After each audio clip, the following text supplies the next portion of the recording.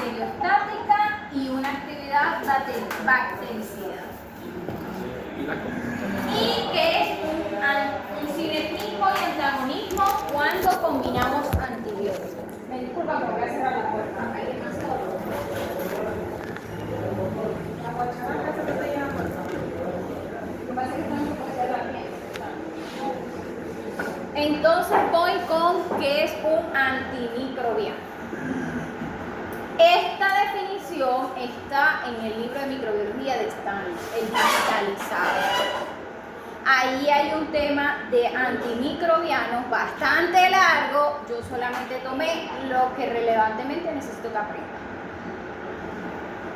Incluye a toda sustancia de origen natural, semisintética y sintética que mata o inhibe el desarrollo de un microorganismo, causando un escaso o nulo daño al huésped. ¿Qué quiere decir? Que un antibiótico puede inhibir el crecimiento o retrasarlo. Puede matarlo o no. Pero la intención, la definición es que tenemos antimicrobianos de origen naturales, semisintéticos y sintéticos. Uno de origen natural es el suero antiofídico. ¿Saben cuál es el suero antiofídico? No, de la serpiente. Correcto. ¿El qué? ¿Saben?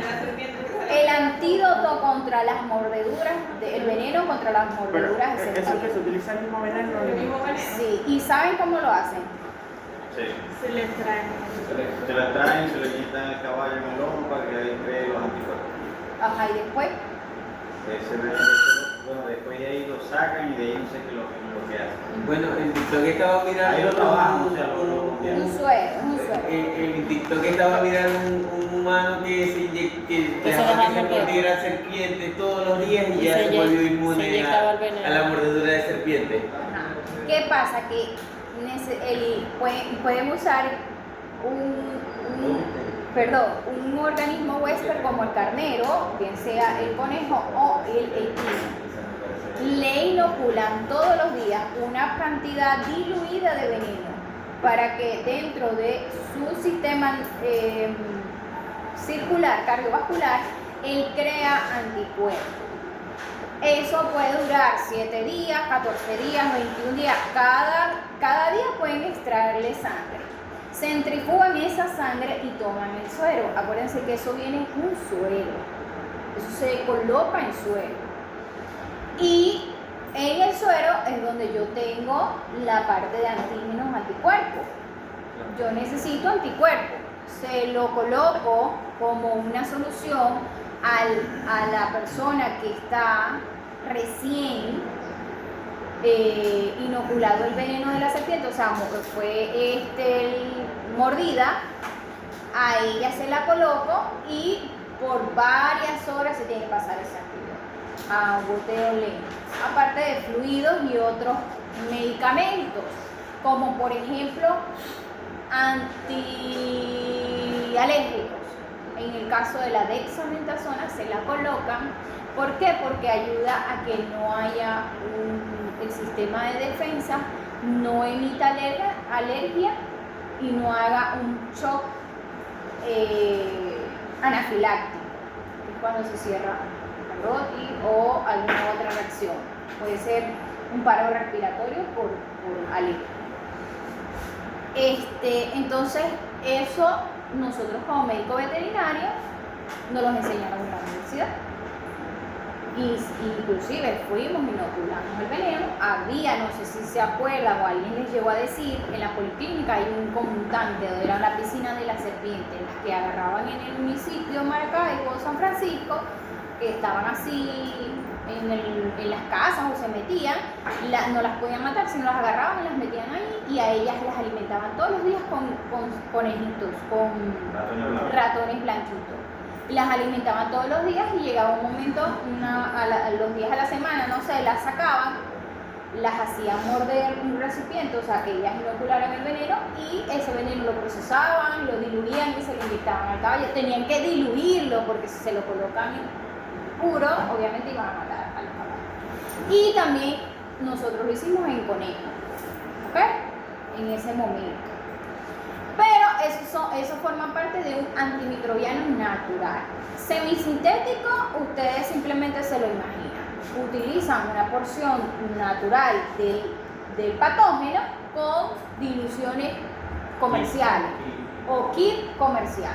Y sintético es básicamente a través del laboratorio creando o replicando una bacteria, como en el caso de las vacunas, ¿ok? Antibiótico. ¿Qué es un antibiótico? Es una sustancia química producida naturalmente por un microorganismo y que en bajas concentraciones destruye o inhibe el desarrollo de otro microorganismo. Es una sustancia química que puede inhibir o retrasar el desarrollo de un microorganismo, de la replicación o la proliferación de un microorganismo patógeno principalmente. Porque cuando nosotros colocamos antibióticos al organismo es porque hay un microorganismo causando enfermedad o infección, ¿verdad? ¿Qué es un quimioterápico? ¿Qué son quimioterápicos? Son sustancias químicas que actúan inhibiendo reacciones metabólicas esenciales sobre el microorganismo blanco y son relativamente inocuas para el metabolismo de las células del huésped. Un ejemplo de quimioterápicos es el cloruro de isometamil, ¿verdad? Que va para mañana el examen. Triquín, trinopin, quinopin, todos los nombres comerciales que hay, eso es lo que trae. Isopan, eso es lo que trae cloruro de isometamil. Y nosotros a ese tratamiento le decimos quimioterapéutico. Básicamente es un medicamento que actúa a nivel de las células de los glóbulos rojos o los glóbulos blancos.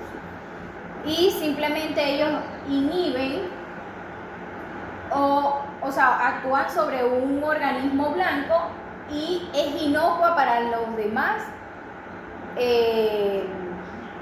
las demás células. O sea, solamente actúa en la célula parasitada y no causa efecto en las demás células. ¿Me entienden? Eso es lo que quiere decir, que no es tóxico. Profe, ¿qué quiere decir microorganismo blanco? Patógeno Ya te lo dieron en el examen de... dentro de la célula parasitada. En el caso del trypanosoma, el glóbulo blanco, el glóbulo rojo. ¿Ok? Ese es un microorganismo que se aloja dentro del glóbulo rojo. Entonces, el quimioterápico va a hacer efecto sobre el glóbulo rojo parasitado, pero no te va a destruir los demás glóbulos rojos. Solo el que está parasitado. Correcto. Por eso que me dice que no inhibe reacciones metabólicas esenciales.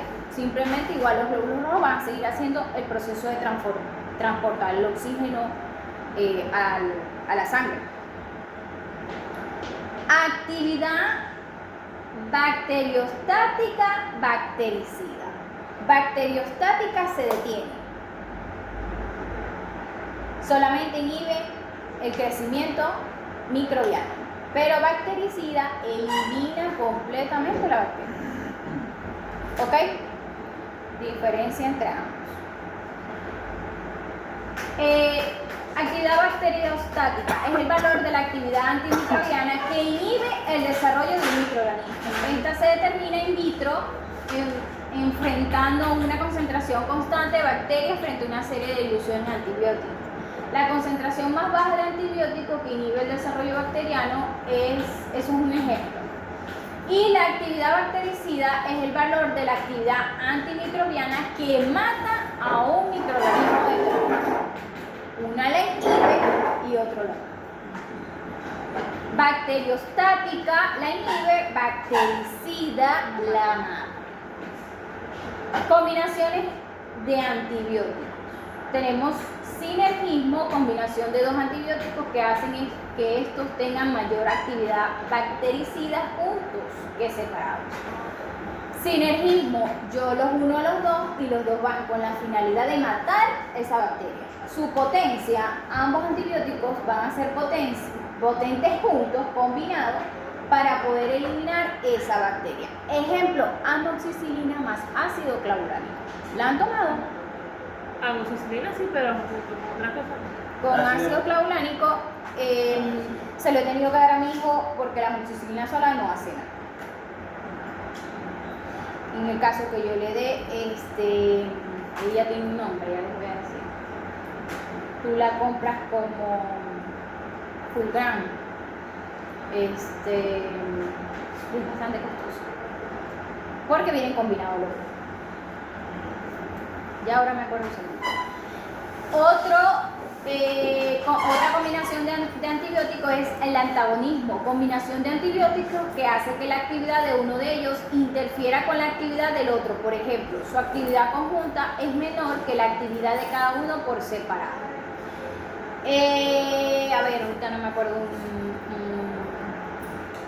El antagonismo que es contrarrestar, que se contrarrestan. Sí, la actividad de uno. O sea, no lo colocan, por ejemplo, no colocan solo la penicilina porque va a ser muy potente en algunos pacientes que no utilizan la penicilina como tratamiento. Están completamente estériles, o sea, su organismo no tiene memoria para eso. Entonces, a veces colocan la penicilina con otro antibiótico o algún otro medicamento para que inhiba un poco el efecto de la penicilina. ¿Ok? Hay personas que son alérgicas a las penicilinas. Sí. Es que incluso para Claudia te hacen una prueba antes de aplicarte la penicilina. A mí me la hicieron. La de la alergia. Tenemos aquí a una célula, una bacteria, un microorganismo, que es el que está aquí, ¿verdad? Eso. Ahí Bueno. tenemos pared celular, ¿se acuerdan? Ribosomas, núcleo, ADN y ARN, y etc. Citoplasma. Eso para mí es un microorganismo. Y sus partes. ¿No está en inglés? No, no está en inglés. Membrana citoplasmática, me está mencionando cuál es. Tengo a la ARN polimerasa, síntesis de proteínas, síntesis de ADN girasa, síntesis de pared celular, metabolismo de ácido fólico, estructura de la membrana citoplasmática. ¿Qué me refleja esta estructura? Yo tengo que dentro de la síntesis de la pared celular hay antibióticos que actúan sobre la pared celular de un microorganismo. ¿Cuáles son esos antibióticos? Bueno, yo tengo aquí sidocenida, vancomicina, bacitracina, penicilina, como un beta-lactámico, cefalosporina y monobactam. Eso es monobactam, como el cobactam. ¿Han escuchado el cobactam? Se usa en becerro. No. Es un antidiarreico. Básicamente, ¿qué tiene? ¿Ah? ¿Qué tiene? ¿De qué? Ese cobactam. No, no sé. Dice que tiene un franquito así como Es blanco. ¿Ese no es el mismo carraca? Yo estoy cargando, no, pero es como. Blanco lechoso. Blanco lechoso. Bueno, ¿qué quiere decir? Que donde se produce la síntesis de proteína o la síntesis de la pared celular, yo tengo ciertos antibióticos, por ejemplo, y el metabolismo del ácido fólico de un microorganismo, yo lo puedo inhibir con trimetoprim-sulfamidas, que es una clase de antibiótico. ¿Sí? ¿Qué vamos a hacer con respecto a ahí, profe? Vamos a aprendemos Que inhibe, correcto, la síntesis de la pared celular.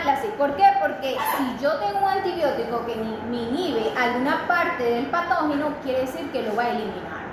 Y si yo tengo una infección por Escherichia coli y sé su estructura, yo tengo que saber qué antibiótico utilizar. Obviamente yo más adelante les voy a dar el patógeno y les voy a decir a qué es sensible, a qué antibiótico. ¿Por qué? Porque como médicos veterinarios, cuando estamos ejerciendo, si estamos en presencia de un patógeno que produce diarrea, que produce tal, yo voy a saber qué escoger.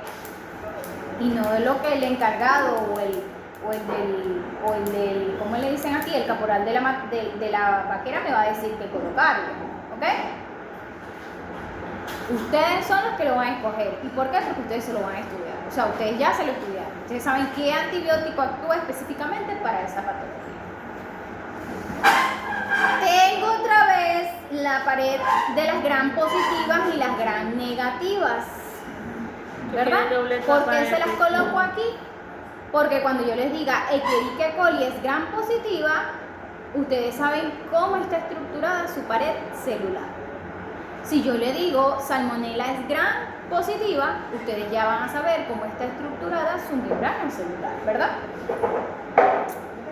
Resistencia a los antimicrobianos. Se produce cuando un microorganismo, bien sea bacteria, hongo, virus o parásito, sufre cambios al verse expuesto a los antimicrobianos. Básicamente es cómo yo voy a eliminar cualquier agente micropatógeno a través de un antimicrobiano. Yo tengo dos tipos de resistencia, una resistencia natural y una resistencia adquirida. ¿Cuál es la resistencia natural? Es un carácter constante de cepas de una misma especie bacteriana y es un mecanismo permanente, determinado genéticamente y se correlaciona con la dosis de antibiótico. Hay bacterias que ya adoptan una resistencia natural cuando yo apliqué antibióticos a cierto patógeno, a un animal. Ya yo previo en su vida libre, yo he aplicado ciertos antibióticos, bien sea o no para esa patología. Pero cuando a mí me da una bacteria que yo necesito penicilina y la usé 1000 veces, el Pensibe con otra patología, ella va a adquirir una resistencia natural y posiblemente no me va a dar efectos, no me va a dar no va a ser beneficioso colocarle penicilina, o de repente yo la empiezo a colocar y veo que no me da resultado en la mejora del paciente. Entonces yo digo, pero es que yo siempre coloco penicilina, tengo que combinar, hacer un sinergismo o simplemente seleccionar otro antibiótico. ¿Ok? Tenemos una resistencia adquirida. Es una característica propia de una especie bacteriana que por naturaleza es sensible a un antibiótico, pero que ha sido modificada genéticamente, ya sea por mutación o por adquisición de genes de resistencia, como por ejemplo plásmidos, transposones e intergrones. Esos son partes de vacuolas dentro de los plásmidos, ya ustedes los conocen. Y transposones e integrones son otras, ¿cómo se dice? Organelas dentro del citoplasma. La resistencia adquirida, yo tengo un ejemplo aquí, anaplasma y babesia. O tengo la mala utilización del ivermectina. Que coloco ivermectina para parásitos gastrointestinales, inclusive hasta para garrapatas y sarna a una dosis que yo digo, y estos microorganismos, estos parásitos crearon resistencia adquirida. De tanto que colocaste, le va a volver a dar otra vez, le va a caer las garrapatas rapidito al perro porque la dosis que estás usando, la que siempre usas, es muy baja. Pero la dosis que trae el medicamento o la dosis que le colocamos. La profe te estaba diciendo que es una dosis que Primero, vos decidiste. correcto. O que estás usando, si estás usando las dosis que trae el producto, tú tienes un fármaco, un vademecum veterinario, donde te dice en qué cantidad o en qué dosis tú vas a usar ese medicamento y para qué patología. Acuérdame que yo tengo un vademecum de uso humano, eso también sirve. Para traerlo para que sepan. Y por lo general, cuando yo doy las patologías, yo digo a qué dosis y qué medicamento voy a usar. ¿En qué especie? Y a veces no concuerda con la que trae el producto. Pero bueno, el producto de ivermectina dice que es uno por cada 50 kilos. Correcto. Y la mayoría de las personas lo utilizan, pero yo he visto que yo tengo un animal, aquí me pasó, de 300, no llegaba ni a 300 kilos y me estaba diciendo que le colocara 5 o 6 cc de ivermectina y yo la vi tan flaca que yo dije que yo le coloco eso y ella va a hacer reacción nerviosa porque va a haber toxicidad. Y tenía una concentración de 3.5. la ivermectina. Y el animal tiene como 3 años que no le coloco. ¿Qué crees tú? ¿La debo usar así? Tengo que ajustar la dosis. Pero ¿cómo determinas qué dosis en ese caso sería la mejor? Por ejemplo, nosotros le colocamos 4. Bajamos casi un poco menos de la mitad. O sea, le dimos un poco más de la mitad. Sí, claro, no calculas por el peso del animal, la dosis más o menos. Bueno, yo calculé por el peso del animal y por la dosis terapéutica. La dosis terapéutica es la que me dice la bibliografía. ¿Cuántos miligramos por kilo? Correcto. Y yo dije, 6 cc para ese animal tan delgado, ajá, es un animal adulto, pero el señor me decía que tiene más o menos como 3 años, pero se lo coloca desparasitante. Y yo tenía era la de 3.5, o sea, aparte de que la tenía muy concentrada y tiene como 3 años que no se le aplica, ¿crees tú que iba a ser bien? Ajustamos la dosis por la condición, o sea, la condición corporal que tenía. Ustedes no sé si se han dado cuenta, pero a mí me pasó varias veces con el Levamisol que coloqué una dosis pareja y se me cayeron los 2 animales con problemas de peso. En los huesos. ¿Ah? En los huesos. Nervioso. Nervioso. No se te cae la En el cabello. cabeza. No, y es que con esa bulla que vas a escuchar. Me disculpan la imagen, pero no las pude tipear. Mecanismo de resistencia antimicrobiana. Ya les dije que hay 2, uno natural y uno adquirido, ¿verdad? Tenemos también, alguien le puede decir a ellos que por favor hagan silencio, que están Ahorita ahí te lo consigo. Grítale. Y nada te lo veo.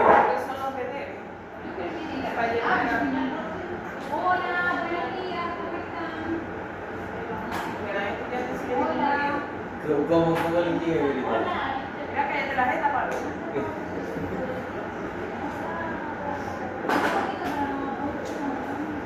¿Cómo llegaría Carlos? Bueno, muchachas, Ajá.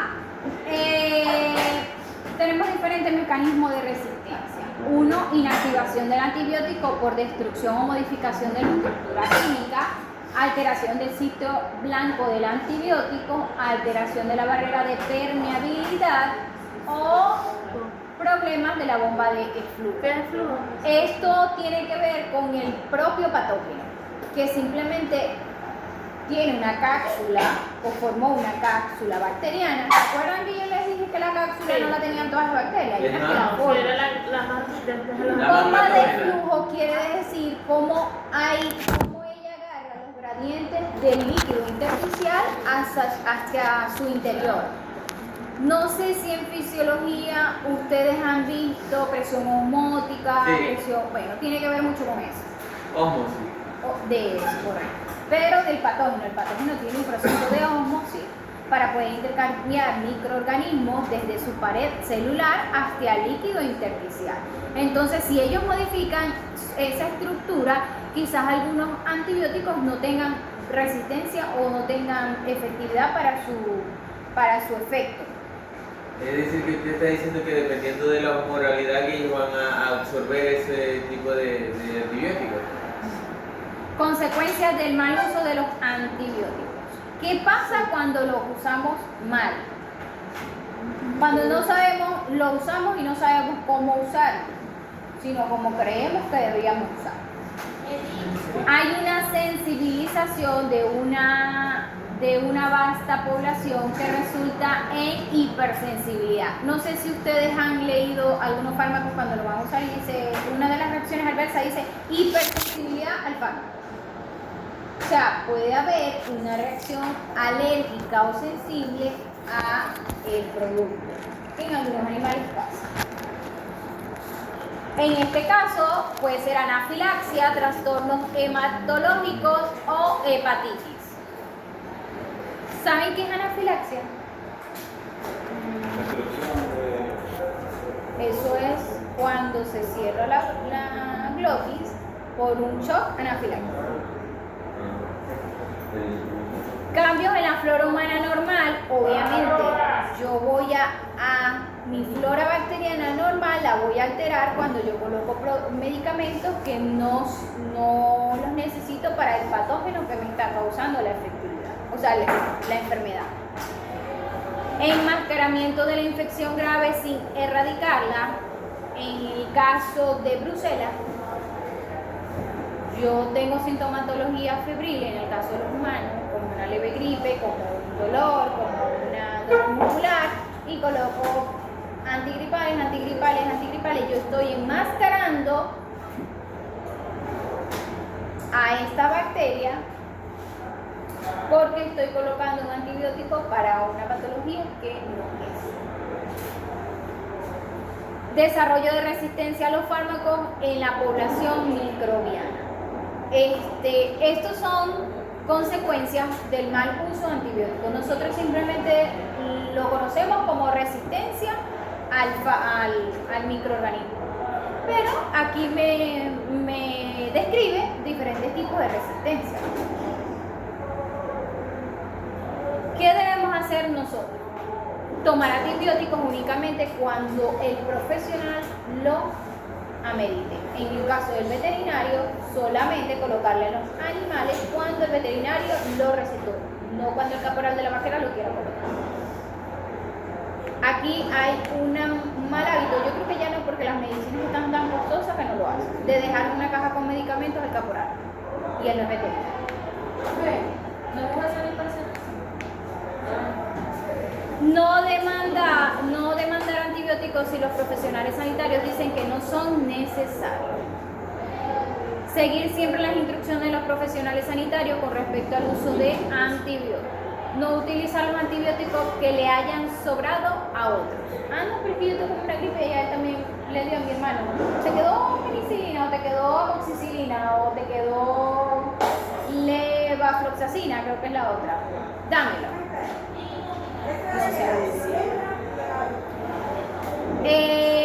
Prevenir las infecciones lavándose las manos, preparando los alimentos en condiciones higiénicas, evitando el contacto íntimo con enfermos, velando por la seguridad de las relaciones sexuales y manteniendo las vacunaciones al día. Este es en el caso de los humanos. Orientación para los profesionales. Evitar las infecciones velando por la limpieza de las manos e instrumental y el entorno. Prescribir y dispensar antibióticos solo cuando sea necesario de conformidad con las directrices en vivo. Yo les digo, usen guantes. Ese día estábamos sacando sangre, no podemos llevar uno porque si se rompe y se moja hay que cambiar. Entonces hay que llevarse varios pares de guantes cuando se esté trabajando con fluido corporal. ¿Ok? Informar a los pacientes sobre cómo tomar los antibióticos correctamente, la resistencia a estos fármacos y el peligro de su uso indebido. Nosotros, como médicos veterinarios, tenemos que, antes de recetarle al caporal el tratamiento que va a colocar el fin de semana, decirle cuáles son los fármacos que está usando y cuál es la desventaja de sobredosificar o de no colocarlo diariamente a la hora que corresponda. No se va a curar.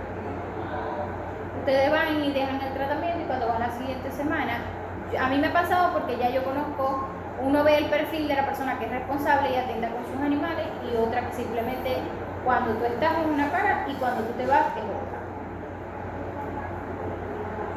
Habían encargados que, eso era excelente, el animal y no había ni necesidad de colocarle algo y cuando se le colocaba era efectivo porque seguía todo al pie de la letra. Y habían otros que simplemente te saboteaban el trabajo. Tú decías colocar esto, ellos decidían hacer lo que querían y cuando llegabas el animal estaba peor. Había un señor que colocaba a diestra y siniestra hisopam. Hisopam. Y morían los animales en el tratamiento. Y hubo un sabanero que me echó el chiste. No es que le está poniendo 25, 20, no sé cuánto, ese becerrito, no sé qué más. Obviamente los animales estaban muriendo de sobredosis. Y era una única dosis y él cuando le daba la gana la repetía. ¿Ves? Entonces, Pero ya yo conocía que el Señor lo único que hacía era sabotearme el trabajo. Cada vez que. Entonces ya uno sabe qué tipo de personas dejarle los medicamentos o dejarle a seguir los tratamientos. ¿Entiendes? Antimicrobianos. Sustancia natural o producto químico de síntesis capaz de detener la multiplicación de las bacterias o destruirlas. Los antimicrobianos se clasifican según su efecto y según su espectro. Según su efecto, microbicida y microbiostático. Quiere decir si inhibe el crecimiento o si lo mata. Y según su espectro, si son de amplio espectro o espectro reducido. ¿Ya ustedes conocen ese término? Lo dijo al principio. La penicilina es un antibiótico de amplio espectro, ¿sí? Pero la oxitetraciclina es un antibiótico de espectro reducido. No es tan potente. Profe, yo estaba investigando y me pareció que es de amplio espectro. Es de amplio espectro. Sí, la oxitetraciclina. Quizás lo es, pero Sí. para nosotros que siempre usamos oxitetraciclina, ya hay una resistencia a ello y no va a ser un efecto duradero. ¿Ok? Por lo general siempre usamos isometamida con oxitetraciclina, que es hexapam, por esa misma razón. ¿Sí? Yo leí también que hay una oxi-LA y una Correcto, normal. eso es otra cosa. Hay una que se Oxisolución y oxi-LA. La oxitetraciclina de larga acción es de aspecto amplio. Y la oxitetraciclina en solución es de aspecto reducido porque eso se diluye rápido en el torrente sanguíneo. Y hay que colocarla cada 8 o 12 horas, la de solución. La otra es única dosis, intramuscular profunda y ella dura Es mucho. mucho más lenta. Correcto. Porque hay una- Según el mecanismo de acción, discúlpenme, pero voy tarde, antibióticos que afectan la síntesis de la pared bacteriana. ¿Vieron el dibujito que yo les mostré? Tenemos antibióticos que afectan la membrana plasmática, antibióticos que afectan la síntesis proteica de las procariotas, antibióticos que afectan la síntesis de ADN bacteriano, antibióticos inhiben las vías metabólicas. ¿Ustedes se acuerdan de las vías metabólicas de la bacteria? Sí. Pero les di parte de eso para que pudieran entender dónde actúan los antibióticos, ¿verdad? ¿Las células se las envié a dibujar? Sí. Sí. Para que se conocieran las partes de De la célula. la morfología celular. Según su efecto, tenemos microbiostático y microbicidas. Es lo mismo que actividad bacteriostática y actividad bactericida. ¿Ok? Ok. Según su espectro, ya les expliqué, amplio espectro y espectro reducido. Ustedes igual se lo van a leer. Según el mecanismo de acción, es el mecanismo por el cual un antibiótico es capaz de inhibir el crecimiento o destruir una célula bacteriana. Entonces tenemos antibióticos que afectan la síntesis de la pared bacteriana. Los beta-lactámicos es una familia o nombre yanexi de antibióticos. ¿Lo qué? Beta-lactámicos. Yo les voy a decir algo. Tómense en serio veterinaria. Aprovechen esta clase de hoy que no están viendo fármaco, que me parece algo totalmente errado, pero bueno, es normal aquí. De entender por lo menos cuál es la familia de fármacos, porque ya ustedes están saliendo a campo. Sí. Y están medicando también con el veterinario. ¿Verdad? Profe, ¿por qué uso eso? Profe, ¿cuál va a usar? Este es el beta-lactámico. Este es tal. Están las penicilinas tetraciclinas. Dentro de los beta-lactámicos yo tengo penicilina, cefalosporina, monobactámicos y carbapenemis. Es otra familia. Dentro de las penicilinas tenemos penicilina G, penicilina procaínica, penicilina potásica, penicilina. Dentro de la cefalosporina tenemos cefalosporina de primera, segunda, tercera y hasta cuarta generación. Profe, cuando hablas de primera, segunda, tercera y cuarta generación, ¿a qué se refiere? No he entendido eso. Por ejemplo, lo vas a ver farmacología. Correcto. Ah, bueno, pero no está Profe, esa me está diciendo que tiene no eso pues. como un cargo de arreglo o algo así. Algo así. Pero trae su nombre. O sea, esta es la familia. Ustedes van a estudiar en fármaco las especies, que es el principio activo. Los compuestos que Correcto. Dentro de los beta-lactámicos yo tengo este número de familias y luego le voy a sacar el género y la especie, así como los animales. O sea, el principio activo. penicilina, ¿verdad? Entonces viene como varias especies. Antibióticos que afectan la membrana plasmática tenemos imidazoles y miconazol, fluconazol, niftatina, polimixina, clotrimazol y ketoconazol. ¿A qué me suenan esos soles? ¿Anti qué? Correcto. Dentro de antibióticos que afectan la membrana plasmática, principalmente tenemos unos antimicóticos que conocemos como antimicóticos. ¿Por qué? Porque ellos básicamente son antifúngicos. Ellos matan a microorganismos, hongos o levaduras posiblemente. Porque son, un ejemplo de ello es enfermedades de tracto reproductivo, o bien sea en la mujer o bien sea en el hombre. Siempre tratan a la mujer, pero el hombre también hay que tratarlo. Entonces, básicamente, cuando a las mujeres le recetan esto, es porque es una infección leve por hongos o levaduras en el tracto reproductivo, en el tracto vaginal, porque no llega al ovario ni llega a... Antibióticos que afectan la síntesis proteica de las procariotas tenemos aminoglicósidos como las tetraciclinas, cloranfenicol, lincosaminas y macrólidos.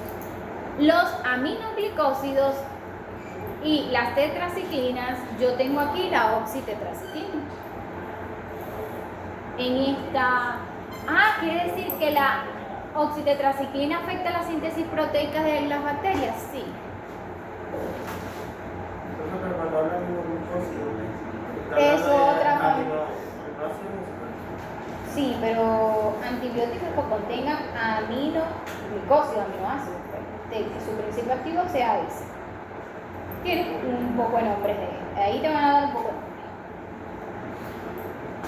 Antibióticos que afectan la síntesis de ADN bacteriano, que son bastante potentes, o sea que son antibióticos de amplio espectro, porque atacan completamente el ADN bacteriano para que ya no se replique, o sea que es bactericida, ¿sí?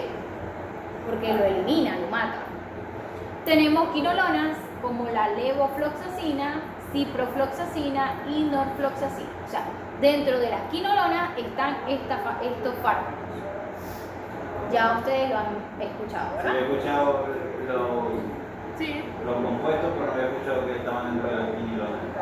Un ejemplo de ello es cuando dio el COVID, que daba acitromicina y amoxicilina, no daba efecto, empezaron a usar levofloxacina y sí resultó. Pero la levo no es para la parte blanca, para eso. Sí, en ese caso, yo pienso que para mí era una infección secundaria producida por el COVID, porque igual ningún antibiótico va a atacar ese virus, era antiviral lo que lo inhibía, o simplemente un tratamiento de soporte. Tenía fiebre, te dan para la fiebre, dolor de huesos, prejoven, o sea, un tratamiento de soporte cuando tú no sabes a ciencia cierta dónde ataca el virus y vas atacando la sintomatología. Tienes fiebre, te da fiebre. Tienes diarrea, te dan para la diarrea. Hay algo que me decía que la fiebre no es necesario en tu cuerpo para ayudar o contrarrestar el crecimiento microbiano. Entonces, cuando uno lo contrarresta con, no sé, con algún analgésico o algo así. No, yo creo que no era para es una alerta. La fiebre es una alerta que te indica que en ese organismo hay unas bacterias patógenas y las células de defensa están atacándola. Entonces ellas igual están atacando la infección pero emiten una fiebre de alerta en que necesitas una ayuda, un soporte para poder contrarrestar. Y también Ay, pero cuando aumenta profe, la temperatura corporal, ¿no afecta a la bacteria como tal? No, es que, como te digo, las fiebres es un signo, no un síntoma. La diarrea es un síntoma. La fiebre es un signo. Lo voy a complicar más. En semiología no voy a más tranquilo, eso es verdad. Ya sé. no, porque, profe, con lo que está Diagnóstico diciendo, de tratamiento de soporte de sustentame. lo que está diciendo Carlos, yo también lo leí, que el cuerpo en realidad, o sea, no sé si será así, pero en realidad sube la temperatura es para atacar al organismo como tal, o sea, Pero cuando a ti te dan fiebre exacto. y tú te colocas algo para bajar la fiebre, tú tienes que hacerte análisis en laboratorio para saber por qué te está dando esa fiebre, porque esa fiebre te está dando porque hay un microorganismo patógeno y tienes que dar conjunto el antibiótico con el analgésico. Porque es que igual cuando tú empiezas a dar el antibiótico te va a dar aún más fiebre. ¿Me entiendes? Porque estás estás atacando la bacteria, pero esa bacteria está quedando todavía en el organismo, que tienes que barrer.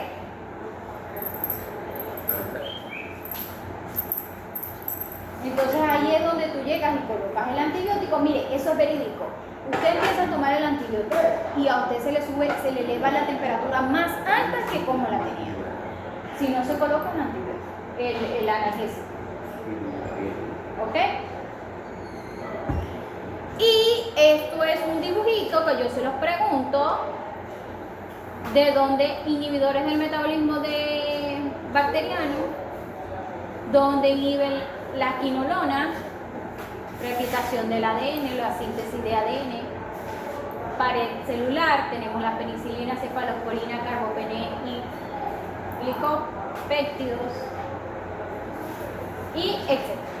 Yo les coloco el dibujo, se los mando a explicar o les digo que me expliquen la clasificación de los antimicrobianos.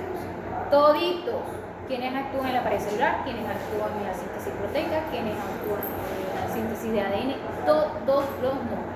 Se lo tienen que aprender al calor. Profe, pero ahí no está todo lo que está diciendo. Lo acabo de decir. Ya lo dije. Yo estoy dando las clases muy pausadas, pero es normal que casi no me entiendan porque ustedes no han visto materias que deberían de ir soporte conmigo. No, De aquí repente vamos se bien. pone el La que tamaño no de la hizo foto. pausada y fue gorda fue la de la semana pasada de bacterias, el examen mañana. Yo todavía estoy haciendo El examen de mañana, y no es de bacteriología, es de parasitología. parasitología. De bacteriología. Ey, ¿te entiendes otra Yo no bacteriología? sé, la profesora. En la práctica de laboratorio es necesario conocer la metodología mediante la cual se producen o se eliminan los patógenos. El que quedan 20 minutos, el que se quiera quedar se puede quedar, el que de verdad está muy cansado y quiere desayunar puede salir, no hay problema por eso, ¿ok? Este tema va conjunto con el tema de antimicrobianos, esterilización en microbiología. Aquí tenemos un autoclave, que es aquel, que es a presión, eso es para esterilizar, ¿ok? Esto es una incubadora. Y eso es una incubadora básicamente. Aquel porque se maneja a presión y a unas temperaturas elevadas, a vapor de agua, correcto. Y este simplemente es para regular que sea 32, a 35, a 37 grados centígrados normal. Esta información también está del libro de Stanley. Entonces yo tengo aquí, todos los medicamentos inyectables no deben contener gérmenes algunos. ¿Qué quiere decir? Que cuando yo hablo de esterilidad, ustedes no sé si se han dado cuenta, pero un fármaco cuando viene sellado, yo lo destapo y yo tengo que usarlo de inmediatamente o tener un buen almacenamiento para que no haya proliferación de gérmenes, porque ya está expuesto al ambiente. Yo puedo también tener productos o implementos de laboratorio que son estériles, básicamente metales.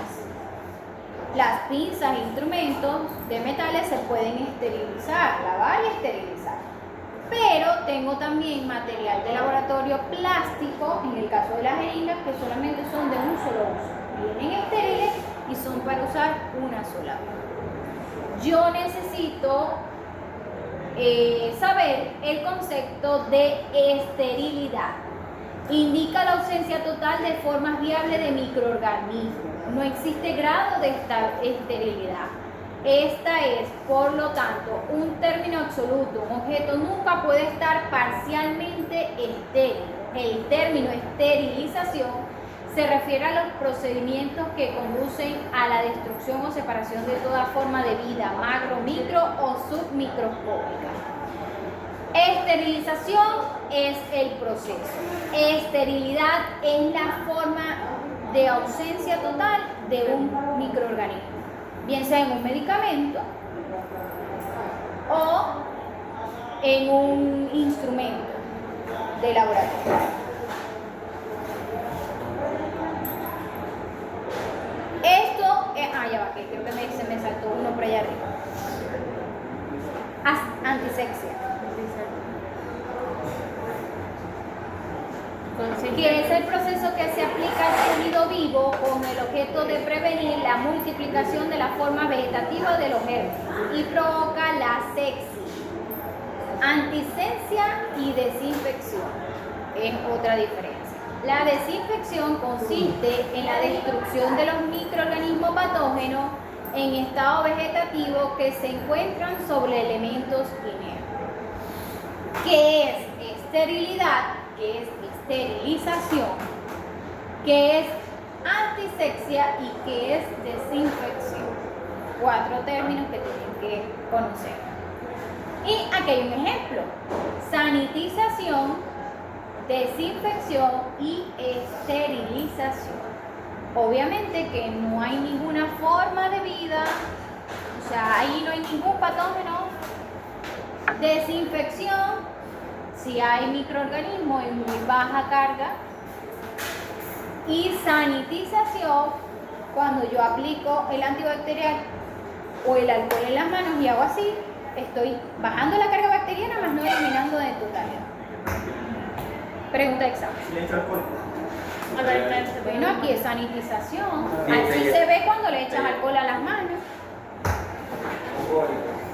Desinfección. ¿Por qué estaba diciendo que te dice no? ¿Cuál es la diferencia entre desinfección y esterilización? Aquí hay una breve historia. Anton van Leeuwenhoek fue un científico que hizo los primeros descubrimientos sobre la asepsia y la antisepsia. Les voy a reflejar un poquito. Él simplemente en la guerra, en parte de la guerra, ellos llegaban y corregían heridas, pero no se lavaban las manos ni usaban guantes. Entonces el paciente, muy chévere la herida, pero cuando le tocaba el postoperatorio, moría. Luego descubrió que necesitaba mejorar era el postoperatorio, entonces llegaba y se lavaba las manos, usaba mantas limpias y enviaba a los asistentes a también tener mejor sanidad, hasta que se dio cuenta que el postoperatorio de algunos pacientes era satisfactorio. Entonces descubrió que bajando la carga microscópica bacteriana o patógena se podían recuperar, y ahí es cuando empezó a descubrir, a hacer uso de los conceptos de asepsia y antisepsia. Ustedes se leen esto también.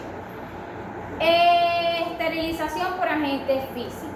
Yo tengo 3 formas de esterilizar por agente físico: a través del calor, de la filtración y de radiación. A través del calor se clasifica en calor seco y húmedo, que ambos también se clasifican por calor seco directo e indirecto, y allá me dice, por ejemplo, cuando yo uso el mechero, ¿saben cuál es el mechero? Sí. Calor seco directo. Es un calor seco directo.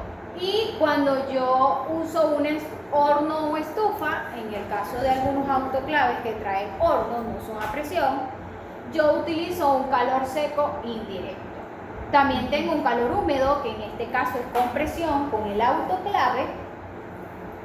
Y tengo un calor húmedo sin presión, que puede ser por ebullición, vapor fluyente, tindelación o pasteurización.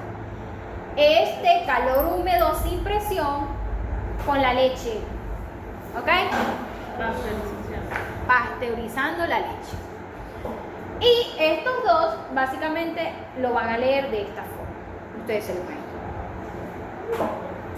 Tenemos esterilización por agentes físicos, Lo que estábamos viendo. lo que acabamos de ver. Hay un ejemplo. Aquí yo tengo que se las pregunto. Esto se lo pregunto. Yo creo que hay como dos preguntas de esta. Siempre hago dos preguntas de esta. No las respondieron el semestre pasado. Tiempo de muerte térmica aproximado en minutos. Yo tengo un microorganismo, muchos microorganismos. Los coloco a presión o a vapor de agua en diferentes temperaturas. Uno está en ebullición, calentándose, otra en presión, puede ser en un autoclave, y otra en calor seco. ¿Ok? Y yo lo leo así. Grupo altamente sensible a estas ebulliciones. Bueno, tenemos bacterias no esporuladas, virus y hongos. Cuando me dice bacterias no esporuladas, quiere decir que no son bacterias tan patógenas. ¿Ok? Esas bacterias no patógenas o algunos hongos no tan patógenos pueden morirse a los 2 minutos en ebullición, en 1 minuto por presión y en menos de 1 minuto por calor seco, a una temperatura de 18 grados centígrados. Me explico, este es en minutos, esta es la cantidad en minutos. Ah, pero yo tengo por aquí a la Clostridium. ¿Saben cuál es la Clostridium? La que produce tétano, muerte súbita en animales. Lo he escuchado. Bueno, Ajá, igual la voy a dar. Bueno, tengo a la Clostridium. Ella es levemente sensible, moderadamente resistente. ¿Qué pasa? Que hay unas Clostridium anthrax, por ejemplo, produce espora. Entonces ella necesita, aquí la tengo, tétano y espora, Clostridium anthrax y Clostridium tetani. Yo necesito en 60 minutos, en 1 hora, a ebullición de 100 grados centígrados para poder eliminarla. En 5 minutos a una presión de 121 grados centígrados. Pero en calor seco, en 2 minutos, calor seco directo, en 2 minutos ya ella está eliminada. Ya entendí. ¿Sí saben cómo leerlo? Sí, ya Sí, entendí. ya. No la entendí. Minutos y Y grados aquí y tengo el tipo de- otro ejemplo. Tiempo de destrucción, en este caso son esporas. Ustedes saben que las bacterias que forman esporas son más resistentes al calor. Necesitan mayor tiempo.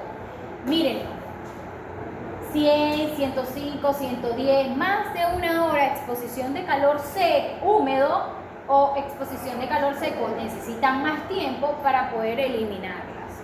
¿Ok? Tengo aquí el mechero, ¿verdad? La flama del mechero. De acuerdo a la tonalidad, tengo diferentes temperaturas. ¿Ok? El que vieron en la imagen no se veía ni siquiera la flama. Ajá. Era algo muy mínimo. ¿Qué quiere? Yo trabajaba con la flama encendida prácticamente, pero trabajábamos con salmonella, Escherichia coli, brucela, que da la brucelosis, ese tipo de bacterias patógenas. También tengo otro cuadro que dice temperatura y efectividad de distintos tratamientos térmicos. El que me interesa a mí, todos son importantes, pero yo necesito saber cómo se da la pasteurización o pasteurización. ¿Ok? Yo tengo que ponerlo a 63 grados centígrados por 30 minutos la leche. ¿Y qué hago si la coloco aquí? Mata la mayoría de las formas vegetativas, incluyendo patógenos como Staphylococcus, Streptococcus y Mycobacterium tuberculosis. La bacteria que produce la tuberculosis se llama Mycobacterium tuberculosis. Y si yo tengo la leche del corral y voy a hacer café con leche con la leche de la vaca, yo necesito colocarla a más de 63 grados centígrados por 30 minutos hirviendo para esterilizarla, que me mate estos patógenos. Eso es mucho tiempo. Pero yo tengo otra forma de pasteurizar a 72 grados centígrados por 15 segundos. O sea, el fuego Tendría que caliente tener un termómetro para saber cuál es la temperatura de la leche. Por en general, más de una hora. Y comprar queso pasteurizado. Supuestamente. No el que está frente a donde viva. Ah, no. Ni Yo allá no en la morena, ¿ves?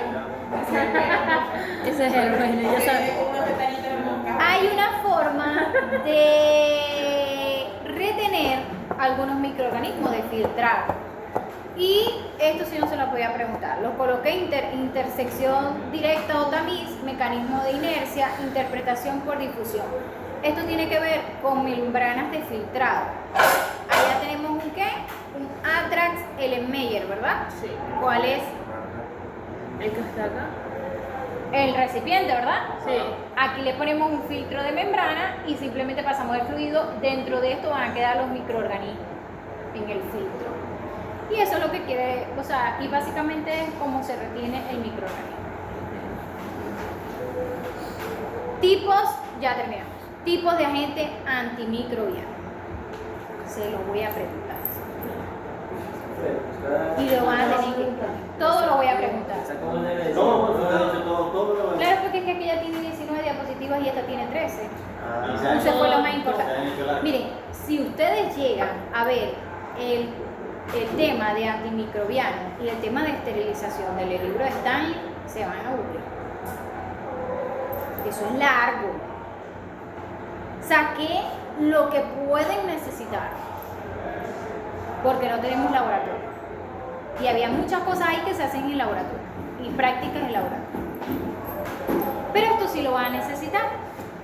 Yo necesito saber qué productos, aparte de la cal, porque la gente siempre usa cal para desinfectar las paquetas.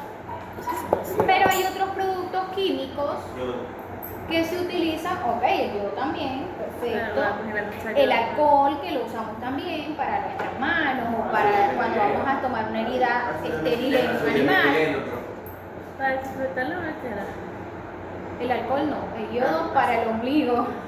Por eso, ya te diciendo la vaquera, te dijo el cal para desinfectar la vaquera. Sí, correcto. Por esto. ¿Qué es lo Se que pintan estamos los comederos, los Sí, pero bebederos te se iba a van a decir hacer. otro que sirviera para la vaquera, no Yo para... ya los voy a decir, por eso le estoy diciendo. No te correcto. Por eso le estoy diciendo que esto se los pregunto, porque yo les traigo aquí otro tipo de productos.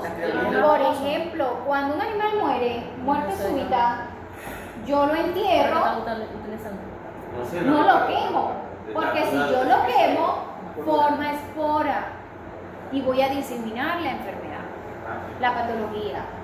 Entonces yo hago una fosa, lo entierro y le coloco amonio cuaternario, que es una solución, un polvo.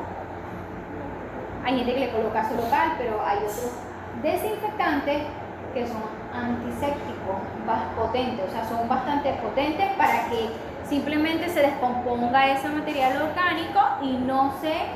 La clorina. No. El que ella te está diciendo que es nivel grande.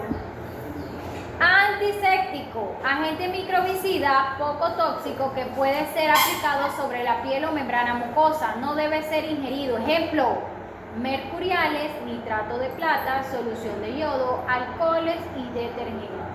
Quiere decir, profe, que el alcohol y el yodo son antisépticos, sí.